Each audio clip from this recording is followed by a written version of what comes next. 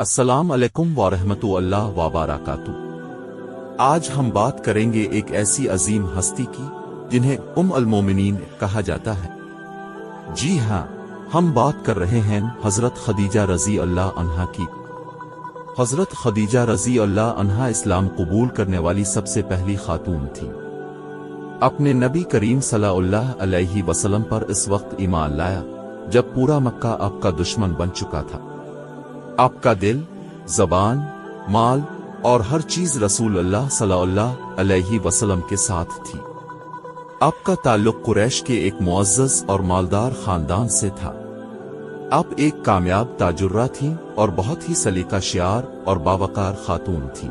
آپ کی سچائی، شرافت اور حسن اخلاق کی وجہ سے مکہ کے لوگ آپ کو طاہرہ کے لقب سے یاد کرتے تھے۔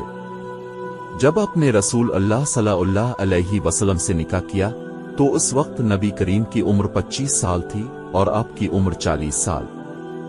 یہ نکاح نہ صرف ایک خوبصورت رشتہ تھا بلکہ ایک ایسی مضبوط حمایت بھی تھی جو نبی کریم کو دعوت دین کے سفر میں سہارا دیتی رہی۔ جب نبی کریم پر پہلی وحی نازل ہوئی تو آپ ہی تھیں جنہوں نے نبی کریم کو تسلی دی، حوصلہ دیا اور کہا اللہ آپ کو کبھی رسوا نہیں کرے گا۔ اب تو رشتہ داروں کا خیال رکھتے ہیں، سچ بولتے ہیں، یتیموں کا سہارا بنتے ہیں۔ حضرت خدیجہ رضی اللہ عنہا نے اپنا سارا مال اسلام کے لیے قربان کر دیا۔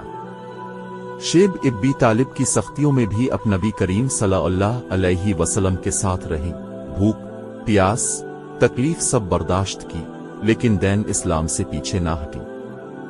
نبی کریم صلی اللہ علیہ وسلم کو حضرت خدیجہ رضی اللہ عنہا سے بہت محبت تھی۔ ان کی وفات کے بعد بھی آپ ان کو یاد کرتے رہے، ان کی خوبیوں کا تذکرہ کرتے رہے، یہاں تک کہ فرمایا خدیجہ جیسی کوئی اور نہیں۔ حضرت خدیجہ رضی اللہ عنہا جنت کی ان خوش نصیب خواتین میں سے ہیں جنہیں دنیا میں ہی جنت کی بشارت دے دی گئی تھی۔ اللہ تعالی ہمیں حضرت خدیجہ رضی اللہ عنہا کی سیرت سے سبق لینے اور اپنی زندگیوں میں ان جیسی قربانی، وفا